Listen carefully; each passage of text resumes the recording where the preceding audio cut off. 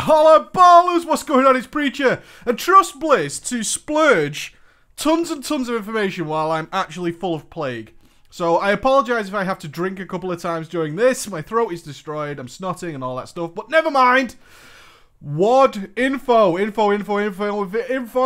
spewing from the face of Blizz. About damn time as well, considering they're saying the beta is near. It would be nice to know what changes they've made. So let's get through this. Stat Squish, we saw that on the video that was released. We talked about that on the web show. Everything looks pretty linear. Looks alright. In fact, the fact that we're doing another huge jump from 90 to 100 is kind of expected, let's be honest. Otherwise, the current gear we had would dominate up to level 100 more than likely until raiding. What we don't want is a return to that sort of TBC feel where people are rocking Thunder Fury at level 70 and still wearing their Nax gear and all that kind of shit. We don't want that. So it's expected that we did see a huge level and damage jump at 90 to 100. What I can say based off the damage we saw in that video over basic level 90 is we're probably not going to be too far off what we're seeing in MOP at level 100, maybe. I mean, I'm trying to judge it by the scale picture they've given us. Maybe, I don't know. I don't want to see people rocking 1 million health again. It just gets to absurd numbers. I want numbers I can work with. I can work with numbers. That's why mathematicians chop numbers down to work with them or just transport them to an algebraic equation. I want numbers I can make sense of, but still good to see. Good to see. Right, racials are changing. Thank Christ. Or is it? I'll get to that in a moment because there's more details on the racials. Ability pruning. Cool. One of the big things that I said I really loved about WildStar and Elder Scrolls Online was the fact that we had a lot of choice. But the way they did it was give you tons and tons of abilities to choose from, but you could only put a certain amount on your character, and therefore you had to be kind of choosy about what you took into combat with you. Really like that style. I don't think WoW will do that. We're kind of embedded with the idea of multiple action bars, so they're actually just going to straight up remove a lot of abilities. They're just going to say, well, I'll merge them. Merge them kind of worries me because they become boring, but then again, we're still getting the benefit, so it's neither here nor there. Nice to see that some abilities are going to get reduced.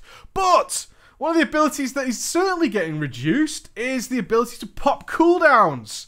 Ooh, I was worried at first. Cooldowns, on-use cooldowns are getting chopped. Now, what it actually says is that they're not getting removed. What they're going to do is stop giving you multiple on-use cooldowns. Which we just macroed together. Which we did, right? We can't argue with that. We just macroed them together and was like, this is my kill your fucking face problem. Take it, love it, enjoy it. So they're going to chop that down so you basically have the one spell. It'll probably mix in the other effects that you were macroing in, so it's just the one button. Saves people who are new to the game going like, oh, I just write this shit together. I do remember the first time I started macroing things together. I was like, oh my god, this is so much easier than having all these extra keybinds. So yeah, I could kind of see the purpose with that. I hope they're far more visual though. Gotta say that. Gotta say, I hope they're far more visual. I think the Paladin is something we can look to as a prime example of when a cooldown is just disgustingly good and makes things. Because you look at things like Combustion. Combustion doesn't do a hell of a lot for anybody, right? You don't know if a mage has really popped Combustion until your damage meter starts going, what the fuck is that guy? What I'd like to see is things like the Paladins definitely being the prime example, is when we do pop a cooldown, is that things start looking like, oh shit, it's about to go down, right? You can see the Avenging Wrath and the Guardian of the Ancient Kings, and then you know something's going on. But when you pop Dark Soul on a Warlock, you kind of have a fuzzy purple effect, and nobody really gives a shit. It doesn't look cool for you, let alone anybody else. So I'd like to see a much more visual approach to the cooldowns if we're going to chop them down. What spells are going to get removed? What spells are going to get removed? We know a lot of raid-wide buffs are being removed from the game. But what other stuff are we going to lose? Things like CC Undead? What's it called? You know, the fucking... I don't know. The one on the Priest. I've used it about 5 times in my life, and usually always in PvP. And it looks awesome as well, which is a real shame. It puts the chains around the undead. Those kind of spells are going to go. I'd hope to see things like Leap of Faith remain. They're a nice, niche, flavorful, not always useful. Got to say that. It's not an always useful spell, but when we do need it, it's there for us. So yeah, nice to see some change going on there just to reduce it down. Whether or not we're just going to end up with more by the end of the expansion, who knows, who knows. A lot of stuff with CC going down. Removed all disarms. Wow. Removed all disarms. Okay. Interesting. Interesting. Cyclone now dispellable. Where were you during the TBC? I asked long and hard, where were you, dispellable Cyclone? But all sorts of other stuff that's just been removed. So you can't instant cast polymorph now. You can't do like pom polymorph. Can't reduce any CC to instant cast. I really like that kind of stuff. When I did PvP, some of the things that really did annoy me was instant cast CC, just because you can't do anything against it. And that kind of goes against the idea of PvP, right? Is you're trying to predict someone using an instant cast spell. And let's say you're using spell reflect, as I mostly PvP'd on a warrior, is my effect of generating a spell reflect is far more visual than someone using a pom polymorph, where they can easily say, oh, there's a giant white shield above his head. Therefore, I'm not going to use my pom polymorph right now, or pom cyclone, nature's swiftness cyclone, or whatever it was be. Instant cast CC was always a little bit of a burden, but as I don't PvP currently, I'm not sure how much that affects the meta game, so I'm not really going to comment on that too much. Now, the racials are getting changed. This is a big one. They've changed them in the past, and now we're changing them again. Mainly, anything that gives sort of expertise or hit is gone, because those stats are no longer in the game, so they're losing those. What I'm surprised to see is the sort of choice to include stuff that gives secondary stats. Very much in the style of the Worgen and Goblin, which gives us a flat amount of haste and crit. Some interesting ideas on it, like the Druids are getting one that gives you haste at, what is it, haste at night and crit during the day? That's kind of weird, and it's like 0.5%. I've got to ask, when I start seeing things like, oh, it gives 1% and 0.5%, right? You've got to ask the question, why are you bothering? Because these aren't fun.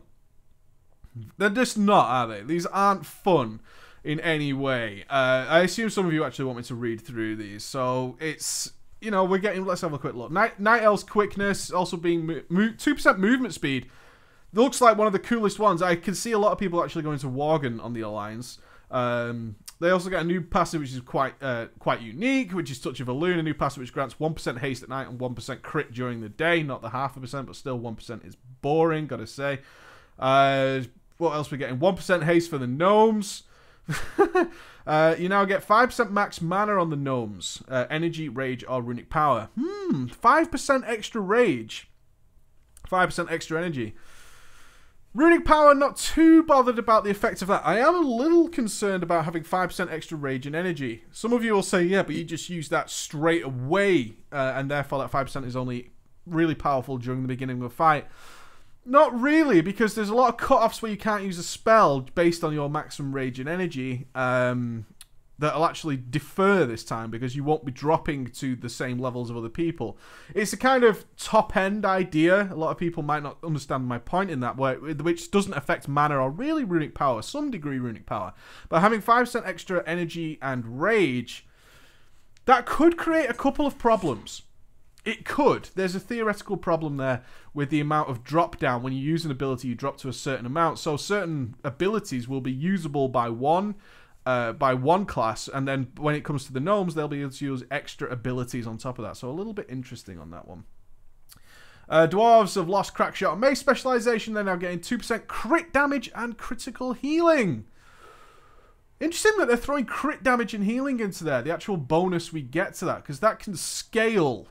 That's the one thing that bothers me. That scales quite nicely as our gear gets better. There's a couple of other classes, I believe, also got some crit damage. I think it's the Taurens.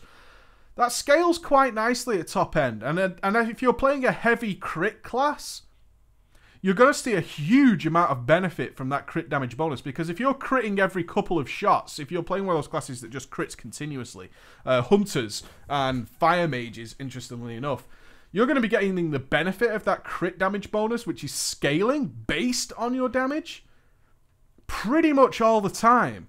And therefore, are we going to start seeing some interesting problems developing there? I would hope not. It's interesting, isn't it? That is an interesting one. The crit damage and healing is one that might become overpowered in the future. And this is the time where we're changing the racials. Again, another kind of idea as to why don't we just remove the idea that it affects secondary stats at all and just create fun racials, right? That's what we'd really like to see, is just fun racials, so I can play whatever the hell I want. When you start mixing in these secondary stat bonuses in any form, something's going to come out better. And when I see things like crit damage, which scales very, very well at top end, especially for certain classes, that worries me just a little bit. Undead stay pretty much the same. Blood Elves are gaining crit passive, boring. Arcane Torrent still does what it does, which is always nice. Interestingly enough, right, this is the one that kind of also gives me a problem. Earlier in the release information of Warlords of Draenor, we spoke about the idea they want to remove on-use cooldowns because they're worried about them stacking up too much, yeah? They don't like the idea that people are stacking cooldown upon cooldown on cooldown. So why are orcs and trolls keeping Blood Fury and Berserking? Why is that happening? Gotta question that, because that, especially for a top-end player, is now looking pretty damn powerful. Because no matter which way you slice the passives, if you're able to stack up effects and then use an on-use on top of those effects, it generally, in all cases, comes out much more powerful. Even if overall effect is supposed to be the same, you actually gain a much bigger benefit if you can say, oh, I'm really powerful right now, let's add another cooldown on top of it. Something that earlier in the information they were trying to get rid of. So Blood Fury and Berserking are staying the same. It reminds me of engineering. A lot of people are like, oh, well, engineering actually works out obviously the boosters that you get to your gloves. They actually work out the same overall as dual crafting and whatnot. But, well, in fact, no, there's actually a bigger benefit to using those engineering cooldowns because I can use them on top of everything else. So I can decide when I want that effect. And as such, I can use that while I'm super powerful and I gain a much bigger benefit than just having a little bit of a passive there. Cooldowns that are stacked up have always been more powerful than just a straight up passive effect. Why are they staying, Blizz? Why are they sticking around? I just don't understand that.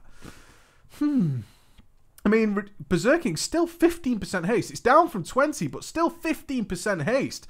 For certain classes, my god, that is still ridiculously powerful, and I've no doubt that many Horde players actually do not want to be a troll anymore. I know I wouldn't. On top of that, quite a few PvP changes, but the next big change we need to talk about is the removal of raid-wide buffs. The only one that is staying, apparently, is, in fact, Bloodlust. Everything else is going, specifically Stormlash and Skull Banner. Oh, Warriors, let's hope you're balanced. Let's hope you're balanced, Warriors. I'm just going to take a little drink. Let's hope you're balanced, Warriors. Otherwise, we're in for a really bad time.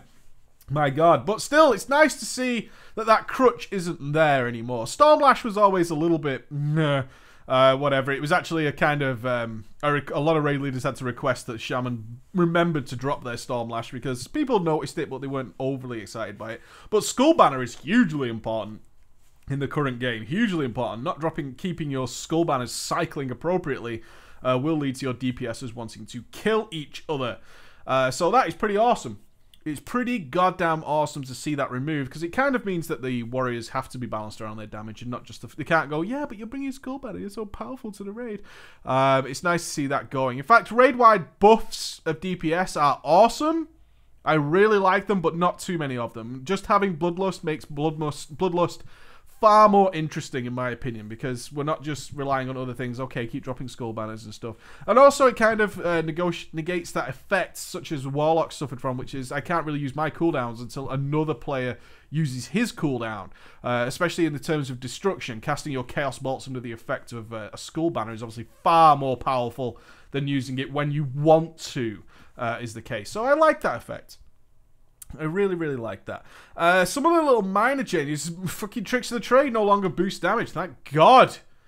If you don't know why this is a problem, it's a problem because it skews DPS charts massively, and it also skews especially people who are going for top-end damage. If you start mithering other classes for Tricks of the Trade, you might think that's a minor inconvenience, Preacher. It's not really something to be crying about. I ask you to play a Warlock during Cataclysm when Dark Intent was a thing, which altered the haste values of another player, but only one. The problem with things like Tricks of the Trade is it only benefits one of the player in general, and that's the person who's either moaned the loudest and complained a lot. I'm really glad to see the damage component of Tricks of the Trade, because that's not what it was for. Tricks of the Trade was just another misdirect. Why it boosted your damage, I don't really know why it boosted your damage. And it was nice for PvP. Sure, you could set up these kills where you trick somebody. Perhaps we'll even see a glyph which removes the damage modifier. but removes the misdirect component for PvP. But then again, I think people would just take it for the damage. People would just take it for the damage rather than the misdirect. So it's probably not going to do it.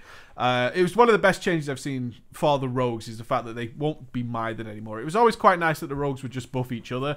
But when you had, that didn't occur, you certainly had the guy who was like, why is he getting tricks? I want tricks. Just creates problems that are unnecessary. Overall, fucking hell, that's a ton of information. A ton of information. Let's summarize the best changes for people who want to skip ahead. To summarize the best changes are the removal of the raid-wide cooldowns for me, the pruning of abilities, getting rid of stuff, and merging our big DPS cooldowns into one another.